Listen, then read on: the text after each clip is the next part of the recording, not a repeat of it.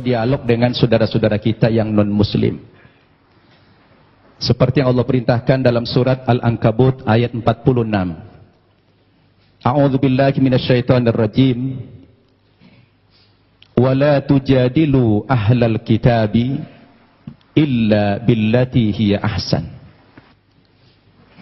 Janganlah kamu berdebat dengan orang-orang Yahudi dan Nasrani atau orang ahli kitab, terkecuali dengan cara yang terbaik, bukan baik. Al-Quran memerintahkan bukan baik, tetapi harus dengan cara yang terbaik.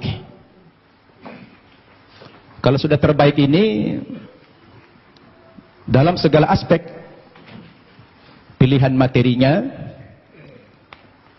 maudhu yang dibicarakan, susunan katanya, bahasanya, dan lain sebagainya.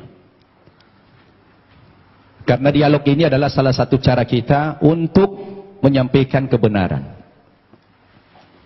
Demikian juga dalam surat An-Nahl ayat 125. Allah mengatakan, A'udzu billahi minasyaitonir rajim. Ud'u ila sabili rabbika bil hikmah wal mau'izatil hasanah wajadilhum billati hiya ahsan. Ajaklah manusia itu ke jalan Tuhanmu, kepada kebenaran, kepada Islam. Dengan cara apa kita mengajak mereka? Yang pertama kata Allah, bil hikmah, dengan penuh kebijaksanaan. Yang kedua, dengan memberikan nasihat-nasihat dan pelajaran-pelajaran yang berguna, yang bermanfaat, yang mudah dicerna. Dan yang ketiga, kepada orang yang berbeda keyakinan dengan kamu, kata Allah, wajadilhum billati hiya ahsan. Berdialog atau berdebat dengan mereka, tetapi dengan cara yang terbaik, kata Allah. Jadi dialog itu sebetulnya dalam Islam, Pak Tambunan, Pak Tampu Bolon, merupakan perintah agama yang harus dibudayakan. Bahkan Allah sendiri ketika hendak menciptakan manusia ini, dialog dulu dengan malaikat. Nah, Allah itu dialog dengan malaikat. Karena cara-cara dialog itu adalah cara yang paling efektif. Oleh karena itu saya melalui mimbar ini, melalui forum ini mengingatkan kita semua, memang dialog itu tujuannya bukan mencari menang kalah. Ya, dialog itu bukan mencari kemenangan atau kekalahan. Tetapi dialog itu sebuah sarana kita untuk menyampaikan kebenaran, untuk dakwah. Itu makanya dakwah dalam pandangan agama Islam, Pak Tambunan, dakwah itu tujuannya adalah mengajak. Begitu juga Pak Tampu Bolon ceramah. Saya tadi membayangkan Bapak berdua ini mempresentasikan materinya dengan hujjah, dengan dalil-dalil yang jelas. Justru malah terbalik, yang paling banyak bicara Alkitab malah Pak Insan dari Muslim.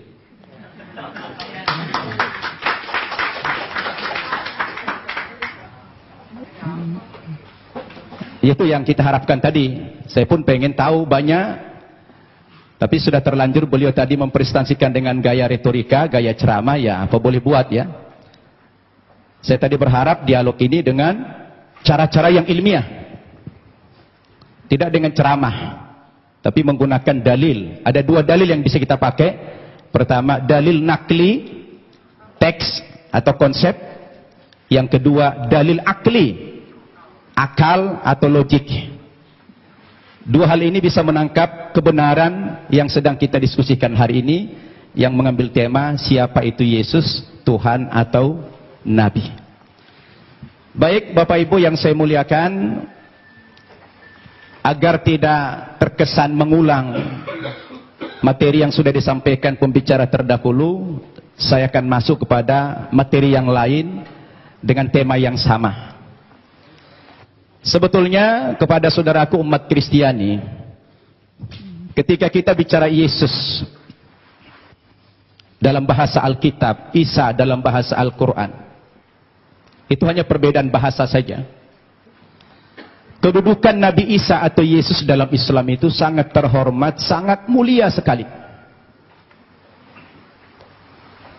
Bahkan kami bukan sekedar menghormati atau memuliakan Nabi Isa, tetapi Nabi Isa itu menjadi salah satu rukun iman kami, yang kami tidak sah menjadi seorang muslim apabila mengingkari kerasulan Nabi Isa itu. Tetapi memang kedudukannya dalam Islam, Nabi Isa itu adalah seorang nabi, seorang utusan Tuhan, bukan sebagai Tuhan, bukan pula sebagai anak Tuhan, seperti yang diimani oleh saudara kita umat Kristiani. Berdasarkan dalil yang begitu banyak, baik dengan pendekatan Al-Quran maupun pendekatan Alkitab. Saya ulangi, umat Islam wajib beriman kepada Yesus. Tidak sah iman umat Islam kalau tidak percaya kepada Yesus sebagai seorang rasul, sebagai seorang nabi. Bayangkan itu Pak Tambunan, Pak Tampu Bolon, batal imannya orang Islam kalau mengingkari salah satu seorang nabi itu. Makanya dalam sharing saya dengan umat kita Nasrani, saya selalu katakan begini, kalaulah seandainya agama Kristen itu yang benar, dengan tokohnya adalah Yesus, kemudian umat Kristen masuk ke dalam sorga, insya Allah umat Islam juga akan ikut masuk ke dalam sorga. Kenapa? Karena kita beriman kepada Yesus. Tetapi kalau Islamlah yang benar, dengan tokoh kita Nabi Muhammad, yang juga mengimani nabi-nabi yang terdahulu, kemudian saudara kita umat Kristiani tidak beriman kepada kerasulan Muhammad, mohon maaf, terpaksalah saudara kita masuk neraka kalau akan masuk surga. Ini untungnya menjadi umat Islam. Kenapa? Karena apa yang mereka imani, kita imani juga. Tetapi apa yang kita imani, mereka tidak imani. Itulah perbedaan yang mendasar antara kita dengan umat Kristiani. Hanya persepsi tentang Nabi Isa, dia Tuhan atau Nabi. Berdasarkan ayat-ayat Alkitab yang sudah dipaparkan begitu banyak oleh Ustadz Insan Moko kita tadi, ternyata ratusan ayat yang kontradiksi. Ada yang mengatakan Nabi Isa itu Tuhan, ada yang mengatakan dia Nabi. Oleh karena itu, saya ingin mengajak antum semua untuk merenung. Ketika kita berbicara Yesus itu Nabi atau Tuhan, apa yang menjadi parameter kita? Siapa yang paling punya otoritas membicarakan tokoh ini, Tuhan atau Nabi? Menurut hemat saya, yang paling punya otoritas bukan pribadi-pribadi, bukan manusia, bukan pendeta, bukan ustadz, tetapi yang paling punya otoritas membicarakan tokoh ini mestinya adalah sumber agama itu sendiri, yaitu Alkitab atau Al-Quran. Betul tidak? Harus sumber agamanya itu yang menjadi tolok ukur. Sekarang kita pertanyakan, dari dua kitab suci ini, Al-Quran maupun Alkitab, yang mana yang memenuhi kriteria sebagai sebuah kitab suci? Nah, ini perlu kita uji. Ini perlu kita uji. Kita capek bicara ngalur ngidul, mengangkat dalil-dalil. Kalau dalil itu tidak representatif, tidak rasional, saya pikir juga percuma. Sekarang kita harus bicara dari dua kitab suci ini. Kenapa dikatakan dia kitab suci? Coba Bapak Ibu saya tanya. Ada buku?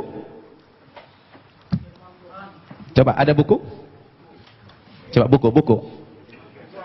Ya, itu aja, taruh, pinjam dulu. Ya.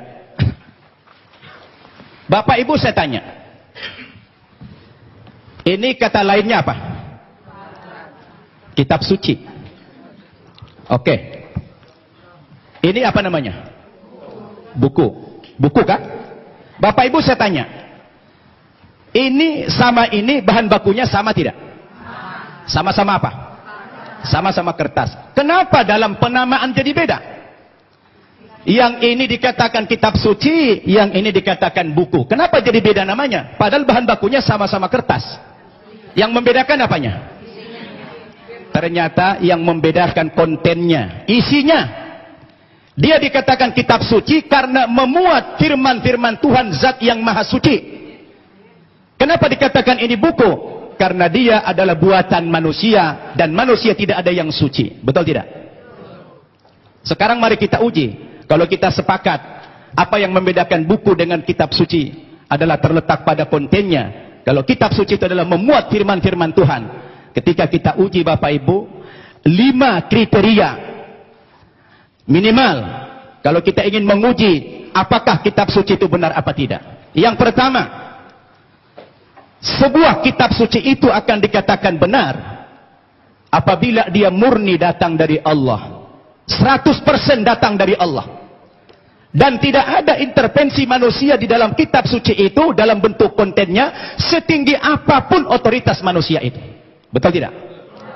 Termasuk di dalamnya Nabi. Makanya kalau kita baca Al-Quran, ini 100% firman Tuhan. Tidak ada perkataan Nabi Muhammad di sini.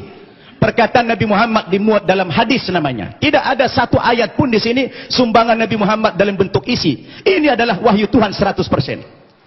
Akan berbeda kalau kita baca ini Alkitab, di sini sudah tercampur, di sini ada perkataan Tuhan, di sini ada perkataan Nabi, di sini ada perkataan Rasul Paulus, di sini ada perkataan murid-muridnya, tercampur. Lalu di mana letak kesuciannya yang dikatakan kriteria kitab suci itu adalah murni datang dari Tuhan? Itu satu. Yang kedua, kriteria kitab suci itu dikatakan benar apa tidak? Apabila kitab suci itu ditulis pada zaman kitab suci itu datang, yang diterima oleh Nabi yang menerima kitab suci tersebut. Saya tanya, Al-Quran kapan ditulis? Ketika Nabi Muhammad masih hidup. Dia suruh sahabat menulis Al-Quran. Karena dia tidak bisa membaca, tidak tahu menulis. Dia minta bantuan sahabat. Sahabat menulis. Dan dia hidup sezaman dengan Nabi. Begitu selesai ditulis oleh sahabat, dikonfirmasi tulisan dengan bacaan Nabi. Sama apa tidak? Di cross check. Supaya tidak terjadi manipulasi. Kenapa? Karena kitab suci itu jadi pedoman. Sekarang Alkitab kita tanya, kapan ditulis? Lalu siapa tokoh yang menerima Alkitab? Alkitab ditulis bukan pada zaman Nabi Isa masih hidup. Tapi sudah sekian puluh tahun, bahkan sekian ratus tahun. Yesus sudah tidak ada di dunia ini, baru ada pembukuan Alkitab. Terus bagaimana seorang penulis akan mengkonfirmasi kepada yang menerima wahyu itu? Maka kemungkinan terjadi manipulasi sangat mungkin. Sebab yang namanya wahyu itu haruslah dari Tuhan, tidak boleh dari rekayasa atau karangan manusia. Betul tidak? Dua itu kriteria, dan Alkitab gugur menurut hemat saya di situ. Yang ketiga, kriteria kebenaran sebuah kitab suci itu adalah seorang penulis wahyu secara moral haruslah orang yang jujur, terpercaya, bukan pendusta. Penulis Al-Quran adalah orang yang jujur. Sekarang penulis Alkitab, bagaimana Alkitab disandarkan kepada Yesus, disandarkan kepada Musa, disandarkan kepada Nabi yang lain, sementara sang penulis tidak pernah jumpa dengan yang menerima wahyu itu? Bagaimana ini? Maka gugurlah kesucian kitab tersebut. Kemudian yang keempat, kriteria kebenaran kitab suci itu adalah apabila isi kitab suci itu tidak kontradiksi. Satu isi dia. Kalau sudah bertentangan satu ayat dengan ayat yang lain, lalu yang mana yang mau dipegang? Masa Tuhan menurunkan tuntunan, pedoman hidup bagi manusia, tapi manusianya malah bingung. Yang ini mengatakan Yesus Tuhan, yang ini mengatakan Nabi. Loh, yang mana mau diikutin? Ternyata kalau kita baca Alkitab sendiri, tidak pernah kata-kata dari Yesus yang muncul pengakuan bahwa dia adalah Tuhan. Kalau kita baca dalam Injil Markus pasal 12 ayat 28 dan 29, ternyata Yesus sendiri mengatakan Tuhan itu adalah Allah yang Esa. Itu ada dalam Alkitab yang sudah dibaca oleh Pak Insan tadi. Lalu siapa yang mengatakan Yesus Tuhan? Itu Paulus ternyata. Yang mengatakan dia Tuhan itu Paulus, bukan Yesus. Semestinya Yesuslah yang lebih berhak mengatakan kalau dia Tuhan. Rupanya kita baca dalam Alkitab, saya tidak tahu Pak Tampu Bolon sudah baca belum itu. Ya, kalau kita baca dalam Alkitab, ternyata yang mengatakan dia Tuhan itu adalah Paulus. Dalilnya di mana? Dalam Kisah Para Rasul pasal 2 ayat 36. Ya, Kisah Para Rasul pasal 2 36. Apa kata Paulus? Jadi seluruh kaum Israel harus tahu dengan pasti bahwa Allah telah membuat Yesus yang kamu salibkan itu menjadi Tuhan dan Kristus. Coba. Ya, siapa yang mengatakan Yesus Tuhan? Paulus. Kemudian dalam kitab Filipi pasal 2 ayat 11. Dan segala lidah mengaku Yesus Kristus adalah Tuhan bagi kemuliaan Allah Bapa. Nah, dia yang mengatakan itu Paulus. Sekarang timbul pertanyaan, Paulus itu siapa? Paulus itu bukan muridnya Yesus, bukan sahabatnya Yesus, bukan pengikut Yesus, tapi Paulus itu adalah musuhnya Yesus. Nah, ini dia. Dan saya baca dalam Alkitab, ternyata aktor pendiri agama Kristen itu memang bukan Yesus. Yesus tidak pernah membawa agama Kristen. Yang mengatakan kata-kata Kristen itu adalah Paulus dalam Kisah Para Rasul pasal 11 ayat 25. Ketika dia mengajar di Antioquia lah pertama kali murid-murid itu dipanggil sebagai Kristen. Kristen artinya pengikut Kristus. Kristus artinya adalah juru selamat atau Al-Masih dalam Islam. Jadi Bapak Ibu yang saya muliakan, ini yang perlu kita jadikan sebagai alat ukur apakah Yesus Tuhan atau tidak. Kalau sudah kembali kepada Alkitab, saya pikir jelas semuanya. Maka kembali kepada kriteria yang tadi. Apa kriteria kebenaran sebuah kitab suci itu? Terakhir,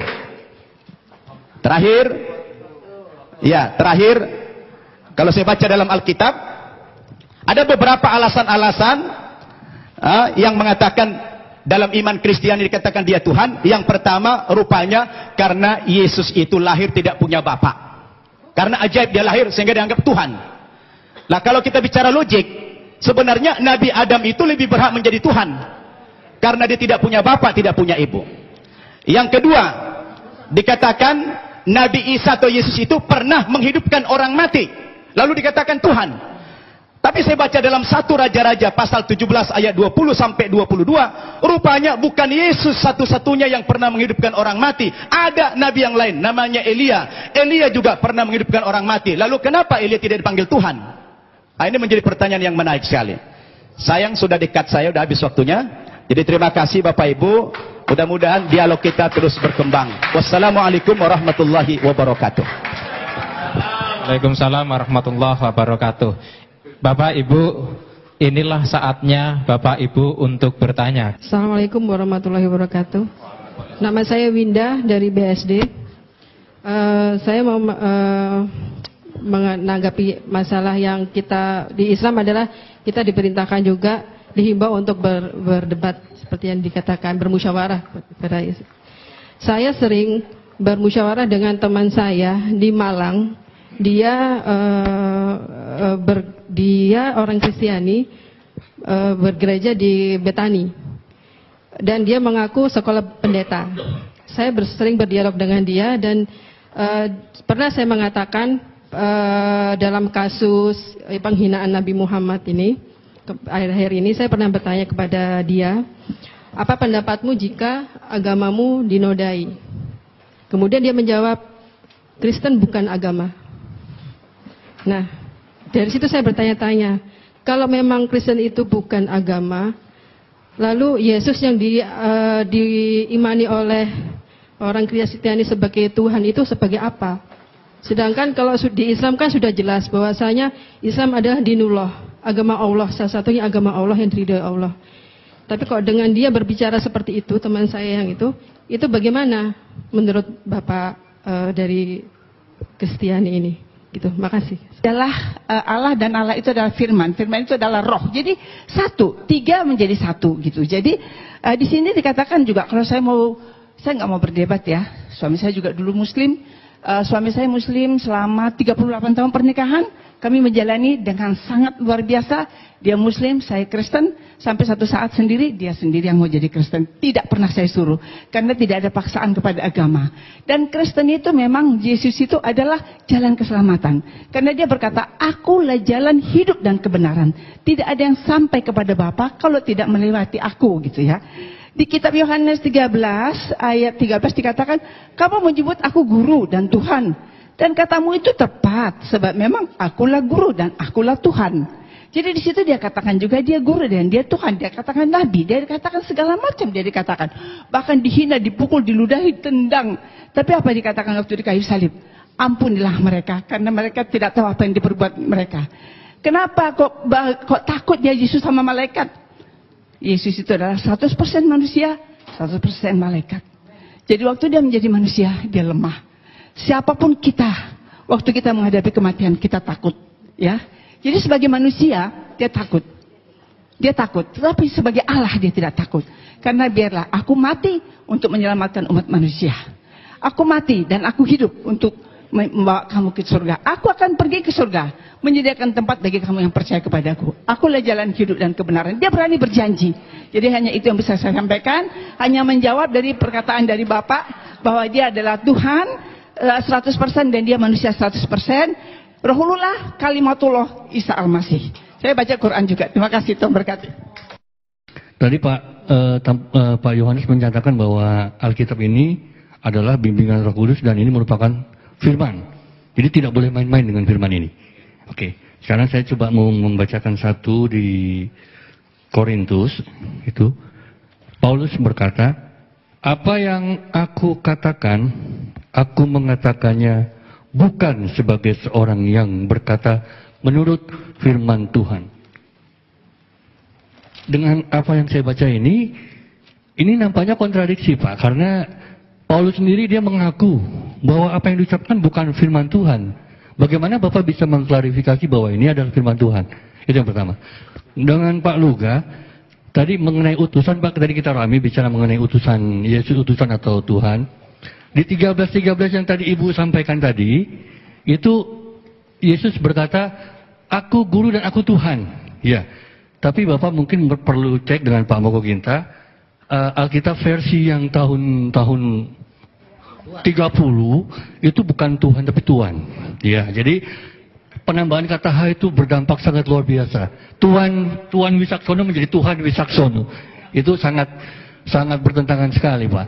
Oke, terus menyambung sedikit lagi di 13 Yohanes, masih di Yohanes juga, Yohanes 13 ayat 16, menurut saya sih ini ungkapan Yesus juga yang sangat jelas mengenai jati dirinya. Di mana Yesus berkata bahwa seorang utusan, dia utusan, ya. Dia tapi menyatakan dengan jelas, utusan itu tidak lebih tinggi daripada yang mengutus. Jadi ini secara logika itu, seperti dikatakan Pak Nababan tadi, Akli tadi, kalau Yesus memang itu Tuhan, ya mestinya dia katakanlah, aku juga Tuhan, ya kan? Tapi dia bilang jangan jelas, seorang utusan tidak lebih tinggi daripada yang mengutus. Betul kan? Dan seorang hamba juga tidak lebih tinggi daripada yang menciptakan. Ya, terima kasih. Assalamualaikum warahmatullahi wabarakatuh. Assalamualaikum warahmatullahi wabarakatuh. Saya Mukti Ali, asal dari Sentul, Bogor. Tadi Pak Luga menjelaskan mengenai dari awal pernyataannya bahwa Yesus itu adalah Tuhan yang dahsyat, Tuhan yang hebat, Tuhan apa. Tapi tolong dijelaskan mengenai Matius 27:46. Itu peristiwa penyaliban ya. Dan jam 12 datang suka awan hingga kira-kira pukul 3 berteriaklah Yesus dengan suara yang nyaring. Eli Eli lama sabachthani. Tuhanku, Tuhanku, kenapa engkau tinggalkan aku? Lah, di sini kalau memang dia Tuhan, Tuhan yang dia panggil. Kemudian juga kok tidak sedahsyat yang Bapak sampaikan. Kemudian juga dalam tadi Bapak, mohon maaf Pak Yohanes, itu kan menyinggung masalah Lukas 4 ya. Lukas 24, mohon maaf, 24 yang 46-nya. Bahwa Mesias akan dibangkitkan pada hari ketiga di antara orang mati. Mestinya dilanjutkan. Dan ini sudah dijelaskan dalam kisah Raja-Raja, kemudian Mazmur dan Torah. Tapi demi Allah sampai saat ini saya tidak pernah menemukan, Pak. Mungkin Bapak bisa menjelaskan di mana itu. Kalau Tuhan memang benar, dia Tuhan yang menjelaskan, tidak berdusta, mestinya ada, Pak.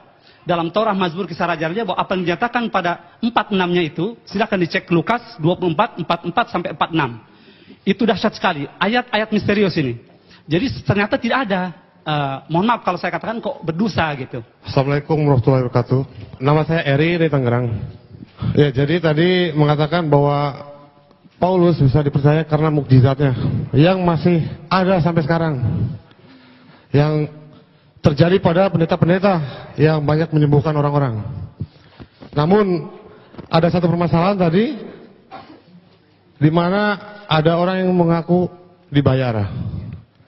Dan Pak Luga sendiri mengatakan tidak bisa kalau hanya satu orang saja. Kalau saya baca itu pendekatan untuk menutupi. Karena kalau kita ingin tahu, pendekatan kita mestinya menganggap itu fenomena gunung es yang tampak hanya sedikit saja. tapi yang di bawah sangat banyak. Itu yang sudah dibayar. Dan bagaimana yang terjadi pada yang terjadi di Kenya, saudari Esther Mwande oleh pendeta Michael Njoroge, ia mengungkapkan bahwa saya disuruh untuk pura-pura sakit dan sembuh karena dia tidak dibayar akhirnya. Nah, jadi di mana letak mukjizatnya itu? Demikian, terima kasih. Saya sudah membaca bukunya Pak Insan. Masalah dia bilang ayat-ayat Nabi itu, terus terang saya udah banget ayat itu. Dan saya udah tahu banget itu. Yesus tidak tahu hari kiamat, bagaimana dia Tuhan. Kok dia yang nggak tahu hari kiamat? Terus terang, saya udah tahu banget itu. Nah sekarang, saya sedang menunggu-nunggu, Tuhan kapan saya waktunya untuk menjelaskan ini. Saya pengen banget untuk menjelaskan ini. Dan waktunya adalah hari ini. Gitu loh. Jadi artinya terus terang, bukannya saya nggak ngerti, orang mengatakan, Yesus sendiri mengatakan tidak ada nabi ditolak di asalnya. Yesus mengaku dirinya nabi, ya kan?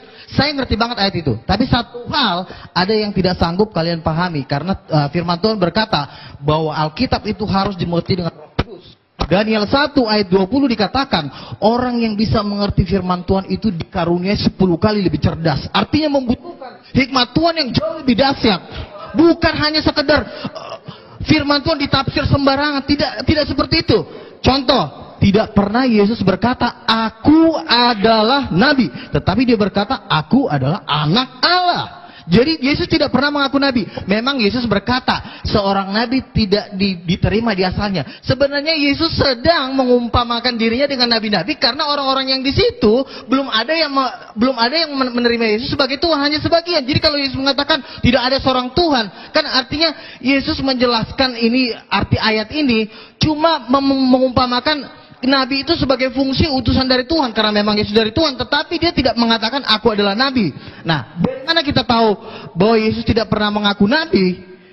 Rasul Yohanes di dalam Wahyu 19 ayat 16 menjelaskan tentang arti anak Allah. Arti anak Allah bukan nabi, karena pada waktu Yesus datang kedua kali di jubahnya tertulis Raja segala raja, King of Kings. Mana ada raja segala raja? Banyak. Kalau nabi kan banyak. Tapi kalau raja segala raja, raja di atas segala raja, berarti udah nggak ada lagi di atasnya.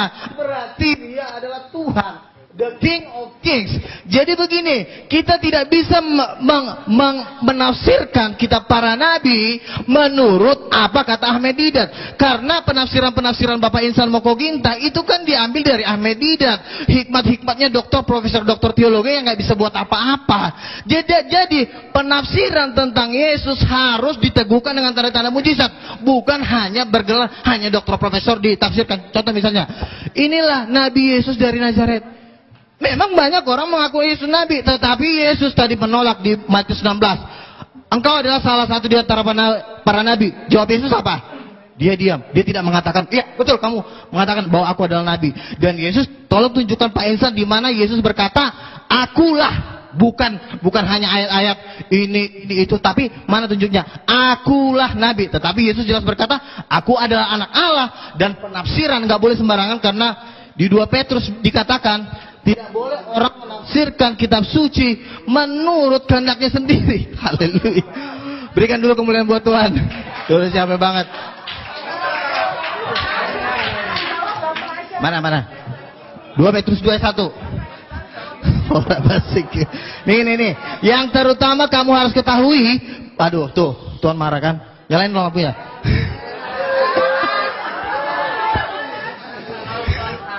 Makanya yang terutama harus kamu ketahui bahwa nubuat dalam kitab suci tidak boleh ditafsirkan seenaknya. Karena Yesus tafsir langsung jadi nabi. Rasul nggak ada bilang Yesus nabi. Petrus sendiri berkata nih, saya baca nih. Petrus diurapi Roh Kudus, ya, dan diteguhkan dengan tanda-tanda mujizat. Makanya saya bilang, orang nggak boleh menafsirkan kitab suci kalau tidak diteguhkan dengan tanda-tanda mujizat, nggak boleh. Itu memang hukumnya. Makanya setiap orang yang menafsirkan firman Tuhan harus punya Roh Kudus. Saya punya Roh Kudus. Pak Insan kalau ditanya punya Roh Kudus, punya Roh Kudus nggak Pak? Nggak punya. Kenapa? Karena Yohanes 14 ayat 26. Roh Kudus hanya turun dalam nama Yesus. Nah, sekarang begini. Yesus tidak pernah mengaku nabi. Baik, tolong audien diam. Oke. Tolong audien diam. Udah. Saya dari tadi Moderator sebenarnya ya. menjawab pakai logika, tetapi Waktu karena habis. memang kalian belum memahami, jadi kalian bilang saya sosok berceramah. Enggak, kan saya bilang, oke, satu aja, tunjukin Bisa. ayatnya sama saya. Yesus berkata, akulah nabi, tunjukin. Baik, waktu habis. Akulah nabi, bukan penafsiran. Ini penafsiran. Aduh, akulah nabi. Tolong. Udah. Oke. Tolong. Baik, Oke, waktu habis. Terakhir ya. Baik. Tolong diam. Terakhir ya. Copy paste. Sudah Pak Insan, nanti Pak Insan. Pak Pada Insan. waktu Yesus datang yang kedua kali, di jubahnya tertulis bukan nabi, Pak, tapi raja segala raja, bukan nabi. Masa di jubah Yesus tertulis nabi? Makanya Sudah. Waktu Wahyu Ibu 19, sudah habis. 16. Waktu Bapak sudah habis. Silakan. Sudah. 19 ayat 16. Enggak selesai. Nanti setelah acara. Setelah Makanya acara, itu. Bu. Nanti setelah acara. Tidak boleh Baik, waktu masuk. sudah lewat 2 menit. Nanti malah rame. Yes. Baik, kita tepuk tangan kepada Bapak Ibu ya. Silakan langsung Bapak Yohanes Tambu Bolon. Tolong sekali lagi jangan bereaksi, jangan ditanggapi, jangan bicara, nggak habis. Nanti kalau mau berdebat ketambahan setelah acara ini. Sepakat ya? Sepakat. Baik, silakan kepada beliau Bapak Yohanes Tampu Bolon. Nanti saya moderator lagi di luar ya. Silakan. Ya, terima kasih. Ya, pertama-tama saya mengucap syukur kita masih mau berdialog, itu aja ya. Mencari kebenaran itu pertama kali. Biarlah Tuhan yang memberikan hikmat kepada kita, dan lebih daripada itu saya harus katakan bahwa termasuk pembicara tadi masih mengambil ayat-ayat yang melihat Yesus saat di dunia gitu loh. Karena perlu saudara ketahui, Yesus itu pernah ada di dunia, pernah naik ke surga, bahkan akan datang sebagai hakim raja. Itu Alkitab menulis itu. Banyak ayatnya karena waktunya sebenarnya saya tidak sempat membaca. Karena apa? Coba aja 15 menit. Waktu sekarang saya komentar 25 menit. Bagaimana saya cepat hanya ambil. Tapi tunggu. Tetapi apa yang saya sampaikan itu berdasarkan firman, Bu. Ya, Yesus sebagai Mesias ada ayatnya. Ya, ayatnya antara lain di sini Yohanes 14:6, Yohanes 8:24, Kisah Para Rasul 4:12. Ini beberapa ayat. Jadi bukan tidak ada ayatnya. Memang benar Alkitab juga menulis Yesus sebagai nabi. Tapi Alkitab juga menulis Yesus sebagai Mesias, bahkan sebagai raja loh. Coba teliti lebih dalam lagi. Jadi saran saya kepada pembicara dan umat, karena ada kewajiban harus mengetahui rahasia firman ini. Tapi jangan dikatakan sudah dicampuri. Kalau kita berprinsip negatif ya repot memang. Kami juga nanti kalau berprinsip Al-Quran sudah bercampur ya repot juga. Atau? Jadi jangan begitu. Kita harus yakin bahwa ini dituliskan oleh para nabi dan rasul. Rasul itu bukan rasul-rasul palsu, Pak. Bukan nabi palsu. Itu teruji. Jadi iman kita itu harus ada yang seperti itu. Jadi jangan. Kalau seperti itu memang susah kita titik temunya. Kita harus hormati kitab suci. Namanya kitab suci. Itu? Saya menghormati Alkitab. Alkitab dan Al-Quran. Maka saya hormati. Cuman kita cari titik temunya di mana. Karena memang ini kompleks. Rumit. Sangat dalam. Kalau kita tidak penuh oleh Roh Allah, memang sangat sulit mengertinya Bapak Ibu sekalian. Jadi itulah saran saya. Bukti daripada kebenaran Alkitab tidak hanya tertulis, tapi nyata di dalam kehidupan umat Kristen. Umat Kristen sekarang ini walaupun masih banyak yang tercemar, saya harus katakan, tapi banyak yang masih baik. Benar di hadapan Tuhan.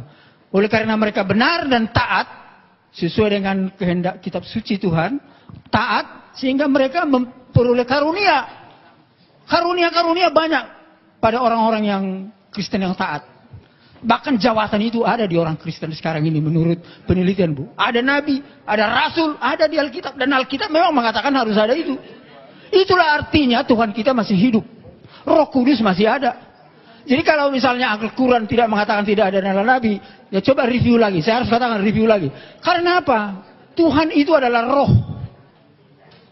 Dia berfirman melalui Nabi dan Rasulnya. Apakah Tuhan kita mati tidak berfirman lagi sekarang? Ini pertanyaan saya kepada saudara-saudara. Saya ini orang bernubuat, mendapat rahasia Tuhan melalui mimpi, penglihatan, firman rema, mujizat. Ini yang saya tuliskan ini. Rahasia gempa banjir itu di sini, Pak. Itu menyaksikan Yesus yang datang sebagai hakim raja. Ini kenyataan. Ada di Alkitab, bahkan katanya tadi di Al-Quran ada, belum saya baca memang. Ya puji Tuhan ada titik temunya. Nah, jadi di sini kita mari pencerahan. Satu poin lagi yang harus saya sampaikan dari berbagai pertanyaan tadi, ya. Ada keunggulan daripada pengikut Kristen daripada saudara kita Islam. Menguasai ilmu pengetahuan dan teknologi. Karena apa? Karena Roh Kudus itu ada di dalam hati kita ini. Roh itu adalah Roh Allah sendiri. Berkuasa dan dahsyat. Itu saudara sebab itu. Tapi kuncinya itu ketika kita percaya kepada Isa Al-Masih. Karena mengkuduskan kita. Karena kita ini sudah berdosa. Hanya Yesus telah datang mensucikan kita. Sehingga kita bisa seperti gambar Allah. Sifatnya Allah. Benar saudara-saudara. Saya menjadi saksi di sekarang. Kuasa dukun itu nggak pernah mampan kepada saya. Itu saudara-saudara. Bahkan saya menghancurkan kuasa iblis bisa. Oh bayangkan itu. Oh saya saksi itu. Banyak pengalaman saya. Nanti suatu saksi saya saksikan suatu saat. Habis ya. Puji Tuhan. Terima kasih. Kita tepuk tangan sekali lagi. Jangan sampai ada kuasa-kuasa iblis di sini. Pasti akan lenyap. Baik, untuk yang ketiga 5 menit kepada beliau Pak Insan Mekoginta dipersilakan. Tolong jangan pulang dulu. Ya, baiklah. Mana-mana? Mic itu lebih bagus barangkali. Tes, ya. Ya. Tadi kita sudah mendengar bahwa kata Pak Luga Tambunan, mana ada dalilnya Yesus mengatakan dia Tuhan, Nabi. Ternyata ini semua empat Injil kan? Ini kata siapa ini? Kata siapa semua ini? Kata Yesus kan? Ini ucapan Yesus sendiri mengatakan bahwa dia itu seorang nabi. Jadi apa yang saya kutip ke sini itu copy paste, tidak ditambah, tidak dikurangin. Katanya saya menafsirkan sendiri. Ini kan saya ambil dari Alkitab, tidak ditambah, tidak dikurangi. Yang mengatakan Yesus sendiri bahwa dia itu hanya seorang nabi. Dan nabi itu pasti kan bukan Tuhan. Ayat harus ditafsir dengan ayat, tidak bisa. Jadi harus ada ayat penafsiran lagi. Makanya saya katakan Rasul Yohanes menafsirkan anak Allah itu raja. Jadi harus ada penafsiran ayat dengan ayat. Tidak bisa kan seperti itu. Saya. Jangan diambil lah di waktu saya. Ya. Jadi Yesus itu manusia, dia nabi, bukan Tuhan. Bahkan ada di sini, ia bukan manusia. Sebab aku ini Allah dan bukan manusia. Jadi Yesus itu nggak mungkin Allah. Allah aja nggak bisa jadi manusia, bukan manusia, apalagi Yesus. Nah, baik, saya akan melanjutkan ini. Komentar para tokoh Kristen dan Katolik tentang ketuhanan Yesus. Nah, saya punya buku. Ini ditulis oleh seorang Kristen, namanya Franz Donald. Dia Kristen Tauhid namanya. Tidak percaya Yesus Tuhan lagi. Ya. Nah, dalam buku ini saya kutip. Ya, kita lihat. Komentar dan berani para tokoh Alkitab dalam seminar diskusi intelektual keilahian Yesus Kristus dari perspektif Alkitab. Nah, kita lihat pertanyaannya, mana yang benar? Yesus Kristus itu anak Allah atau Allah anak atau keduanya atau lainnya? Nah, pendeta Dri ini Brotosudarmo, dia mengatakan Yesus adalah dikatakan Yesus adalah anak Allah, bukan Allah anak. Nah, ini saya tegaskan, di dalam Yesus kita dapat mengenal Allah. Kemudian kita lihat Profesor Banawi Ratman. Saya tidak mengatakan Yesus itu Allah. Yesus itu anak Allah. Dan dogma Yesus sebagai Allah adalah hasil rumusan Konsili Nisea tahun 325 Masehi. Konsili Nisea inilah yang menjadikan Yesus sebagai anak Allah. Beliau menegaskan pula bahwa konsili itu tidak alkitabiah. Nah, kesalahannya katanya dogma teologi dianggap bisa memberikan kesimpulan tentang Trinitas yang terjangkau padahal tidak. Saya tidak setuju dengan bahasa dogma. Saya lebih suka memilih yang sederhana, yaitu bahasa Alkitab. Yesus bukan Allah, tapi Yesus jalan menuju Allah. Beliau menegaskan pula bahwa memang saat ini jemaat-jemaat sudah punya tradisi bahwa Yesus adalah Allah. Gereja sangat sulit mengubah teks liturgis yang bernada dogmatis. Ungkapnya, beliau mengungkapkan, andai kata gereja-gereja berani sepakat untuk merombak dogma liturgis, maksudnya tentang Trinitas, ya silakan. Nah, ya kan? Nah, kemudian ini Hortensius, ya. Dia sarjana sekolah tinggi filsafat. Dalam acara tersebut, beliau katakan apa? Yesus itu tidak pernah memperkenalkan dirinya sebagai Allah. Yang juga dikatakan Paulus tidak pernah menyebut Yesus Kristus sebagai Allah. Jadi beliau yang sangat paham bahasa Ibrani dan Yunani menegaskan pula, harus ditegaskan bahwa dalam perjanjian baru tidak pernah ada rumusan Yesus adalah Allah. Nah, dengan sangat berani dan tajam beliau sampaikan pendapatnya yang sangat mengagetkan para hadirin yang mendengarnya. Kata beliau, saya keberatan dengan istilah Allah Bapa, Allah Anak, dan Allah Roh Kudus. Selanjutnya beliau katakan, Yesus itu jalan menuju Allah. Rumusan 100% Allah, 100% manusia itu hasil konsili Kalkedon, bukan kitab suci. Dalam Alkitab, Yesus tidak pernah disebut sebagai Allah sejati. Menurut Romo Tom Yakob, dari Katolik ini. Ya, kalimat Yohanes pasal 1 ayat 1 seperti yang dikutip Ibu tadi juga, firman itu adalah Allah. Beliau tegaskan, Yohanes justru menekankan bahwa firman tidak sama dengan Allah, tapi bersama-sama dengan Allah. Nah, satu lagi terakhir, yang paling menarik, salah satu pertanyaan jamaah kepada pastor. Bagaimana pengalaman Anda selama menjadi pengikut Yesus? Romo menjawab, itu adalah sebuah pertanyaan yang sangat bagus. Dulu sebelum tahun 1974, kehidupan saya tidaklah baik. Dan saat itu sebelum tahun 74, saya yakin Yesus sungguh Allah dan sungguh manusia. Tetapi setelah tahun 74 sampai sekarang, saya tidak lagi berdoa kepada Yesus, tapi saya berdoa kepada Allahnya Yesus dengan dorongan Roh Kudus. Nah, saya lebih Kristiani sejak saya percaya Yesus bukan Allah daripada sebelumnya ketika saya percaya Yesus itu adalah Allah. Sedikit ya, sedikit ya. Dan, nah, ini terakhir sekali lagi, siapakah dari pertanyaan yang diajukan kepada pembicara, siapakah Yesus menurut Alkitab? Apakah dia Allah sejati atau bukan? Nah, 3 dari 4 narasumber Kristen itu mengatakan Yesus itu bukan Allah sejati. Allah adalah Bapa dan Yesus itu utusan Allah. Berarti Nabi kan? Yang menjadi jalan bagi manusia untuk menuju kepada Allah. Nah, rumusan Konsili Nicea tahun 35 mengatakan, ya, dogma Trinitas sudah waktunya ditinjau kembali atau dirombak atau bahkan ditinggalkan sama sekali. Gitu. Sedikit ya. Itu pendapat para pakar. Baik. Bukan 12 rasul. Nah, Anda mau hidup menurut kata pakar atau 12 rasul? Karena pakar-pakar ini nggak ada kuasa, nggak ada tanda-tanda mujizat. Baik, terima kasih. Nah, jadi kalau mau ikut percaya sama orang pemimpin, ikutilah para penginjil-penginjil dunia yang telah melakukan dan kesaksian mereka. Bukan kata ini, mereka ini juga kita nggak tahu siapa, yang kita percaya aja, jangan-jangan mereka udah di neraka lagi. Terima kasih Pak Luka. Nanti ada waktunya dalam debat yang ketiga, Pak. Silakan yang terakhir kepada Ustaz Samsul Arifin Nababan. Waktu kita berikan 5 menit. Tolong diingat, bicara yang padat, rinci, dan jelas, singkat. Kepada beliau dipersilakan. Terima kasih Bapak Ibu, sudah kupas tuntas semua jawaban-jawaban dari pembicara. Saya hanya ingin tegaskan kembali bahwa Pak Tambunan maupun Pak Tampu Bolon lebih banyak berbicara dalam dialog ini dengan mengembalikan kepada dogma saja. Semestinya kita dialog begini harus dialog konsep. Jadi kita semua kembali mengacu kepada nas. Dan kita semuanya pakai copy paste.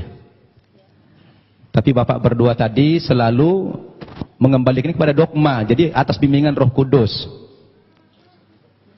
Dan tanpa diperinci apa itu Roh Kudus dan siapa itu Roh Kudus. Mengambang.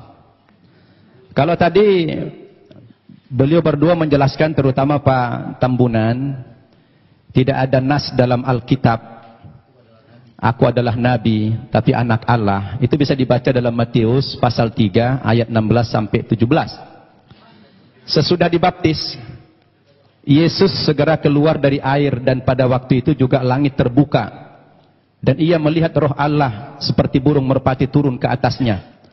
Lalu terdengarlah suara dari sorga yang mengatakan, inilah anakku yang kukasihi, kepadanya lah aku berkenan. 1. Kemudian dalam Injil Lukas pasal 4 ayat 41. Dari banyak orang keluar juga setan-setan sambil berteriak, engkau adalah anak Allah. Lalu ia dengan keras melarang mereka dan tidak memperbolehkan mereka berbicara, karena mereka tahu bahwa ia adalah Mesias. Begini, kalau memang kata anak Allah itu indikatornya bahwa Yesus adalah Tuhan, mestinya orang Kristen harus konsisten. Ada terlalu banyak yang menjadi Tuhan di dunia ini. Kenapa? Karena ternyata yang dikatakan istilah anak Allah itu bukan cuma Yesus. Coba dibaca dalam kitab Matius pasal 5 ayat 9, Injil Matius pasal 5:9, dikatakan di sini, berbahagialah orang yang membawa damai, karena mereka akan disebut anak-anak Allah. Nah, berarti siapa yang membawa perdamaian di dunia ini semua anak Allah. Berarti anak Allah itu bukan cuma Yesus. Kalau begitu yang membawa damai Tuhan semua jadinya. Nah, jadi ini perlu dipahami. Maka dalam Islam, kata anak Allah itu bukan Tuhan tapi hamba.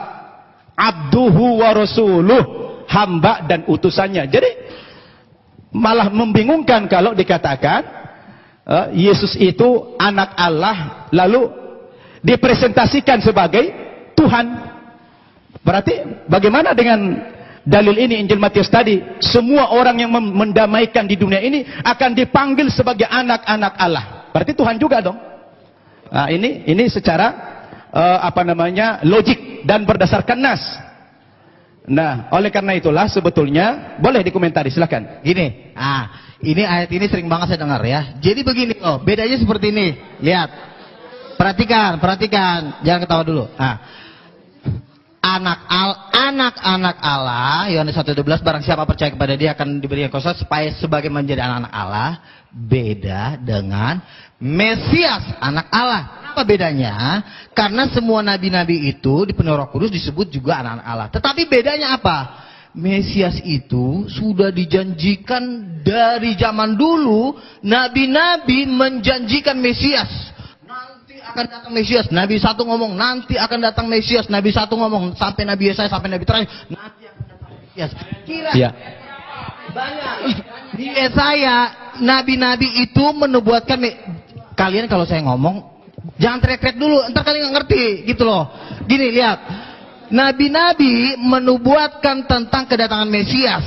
Itu ada di perjanjian lama. Nah, nabi-nabi ini pada waktu Yesus tadi yang saya pertama kali mengatakan, di situ dikatakan Mesias anak Allah. Bukan hanya anak-anak Allah. Bedanya apa? Nah, untuk menafsirkan Mesias anak Allah ini, yang menafsirkan bukan dokter, bukan profesor, tapi rasul, 12 rasul. Makanya 12 rasul menafsirkan Mesias anak Allah dalam Wahyu 19 ayat 16, bahwa Mesias anak Allah penafsirannya adalah raja, segala raja, bukan nabi. Jadi kalian jangan sembarang menafsirkan kitab suci. Mesias anak Allah dengan anak Allah beda banget, gitu loh. Jadi perbedaan ini kalian harus pahami, karena perbedaan ini efeknya lautan api dan belerang, gitu loh. Jadi Mesias anak Allah dan anak-anak beda. Itu yang saya pahami dan yang saya pelajari selama ini, karena saya udah tahu jawaban pertanyaan kalian pasti itu, gitu loh. Jadi itu gantian. Saya belum selesai tadi. Itu sanggahan dari beliau. Kita jadi bingung nih. Kenapa bingung? Kita kan membaca Alkitab ini justru kita menghindari tafsir. Ini textbook kita nih, copy paste. Kalau memang tulisan-tulisan kami yang mengambil dari Alkitab ini dianggap salah, padahal ini adalah textbook kami menulis di sini. Terus apalagi yang dipakai sebagai hujah? sebagai Jangan baca argumen. satu-satu ayat aja, Pak. Makanya Satu, baca jadi juga gini. kitab Wahyu. Jangan cuma baca Saya mau kembali kepada teks lagi. Di antara indikasi juga Yesus bukan Tuhan, saya baca dalam Injil Markus pasal 13 ayat 31 sampai 32. Dikatakan dalam ayat ini, Yesus tidak tahu kapan kiamat itu terjadi. Masa ada Tuhan tidak tahu kiamat kapan terjadi? Nah, ini menjadi pertanyaan yang menarik sebetulnya. Jadi ini tanpa tafsir, ini bukan tafsir. Jadi ini bukan tafsir, kami nggak berhak menafsirkan. Makanya kami hanya textbook saja. Kembali kepada Kufi Faste ini. Nah, terkecuali kalau bapak-bapak tidak lagi mengakui Alkitab ini, lain soal. Jadi kalau mau dibantah, sebetulnya jangan dibantah kami, dibantah saja itu Alkitab. Karena kami hanya menyadur saja. Iya, demikian, terima kasih. Makanya Pak, kesimpulan Baik, dari Bapak. seluruh Injil itu ada di kitab Wahyu. Jangan kalian baca cuma kitab Injil doang. Baik. Tapi kitab Wahyu kalian baca. Itu kesimpulan dari seluruh Injil. Itu ada di kitab Wahyu. Baik, terima Jadi kalau kasih. mau kalian, ntar lupa. Kalau Itu kalian mau juga mau menafsirkan, bicara, Pak. Kalau kalau nanti kalian semua mau ingin menafsirkan bicara, Alkitab, baca kitab Wahyu. Karena di kitab Wahyu dikatakan di seluruh umat, seluruh malaikat itu menyembah Yesus. Ada ayatnya di kitab Wahyu. Makanya baca kitab Wahyu. Karena kitab Wahyu itu penafsiran dari rasul-rasul. Saya bacakan ya, saya bacakan. Baik, Bapak, saya kasih waktu setengah menit, tidak lebih, tidak kurang. Setelah itu Bapak nggak bicara Dan, lagi. Wahyu Setengah menit ya, Wahyu Pak, ya. 5 ayat 11, maka aku melihat dan mendengar suara banyak malaikat di sekeliling tata makhluk-makhluk dan tua-tua, itu jumlah mereka berlaksa-laksa. Katanya dengan suara nyaring, anak domba yang disembelih itu layak menerima kuasa dan kekayaan, hikmat, kekuatan, pujian sampai selama-lamanya.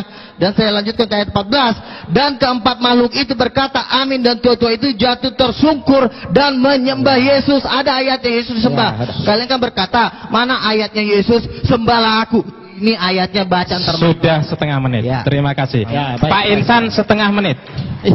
Ya, sebenarnya kitab Wahyu yang menjadi rujukan beliau itu Udah. Wahyu kepada Yohanes itu mimpi. Bukan wahyu. Mimpi Yohanes di Pulau Patmos. Itu kan kata Bapak. Jadi mimpi Sudah, panjang. Pak. Ya. Sebentar. Mimpi panjang berseri ya. Makanya kitab Wahyu merupakan salah satu kitab yang paling sulit sekali ditafsirkan. Di situ rasul terkasih loh. Paling Sudah, sulit Pak. ditafsirkan karena ini cuma mimpi. Nah, zaman dulu ditulis mimpi, kemudian dirubah lagi kenyataan. Sekarang dirubah lagi menjadi wahyu supaya keren, biar keren kelihatan. Sudah. Diganti Cukup. wahyu. Baik, Pak Insan, cukup. Kita tutup. Karena bukan mencari kemenangan dan bukan mencari kekalahan. Masing-masing berdakwah kepada yang lain. Silakan yang umat Islam itu tadi dengarkan, renungkan terhadap Bapak Luga Tambunan dengan Pak Yohanes Tampu Bolon. Yang Nasrani silahkan renungkan. Terima kasih kepada Ketua Panitia yang menyelenggarakan acara ini, cukup sukses Pak Ketua. Kemudian kepada para pembicara, Ustadz Samsul Arifin Nababan, Bapak Insan Moko Ginta, Bapak Luga Tambunan yang saya suka semangatnya ini, masih muda. Kemudian Bapak Yohanes Tampu Bolon yang lebih bijak, santai, tenang, dan juga semua audien yang hadir di sini, semoga seluruhnya mendapatkan hidayah dari Allah Subhanahu wa taala. Terima kasih dari kami. Billahi taufik wal hidayah. Assalamualaikum warahmatullahi wabarakatuh.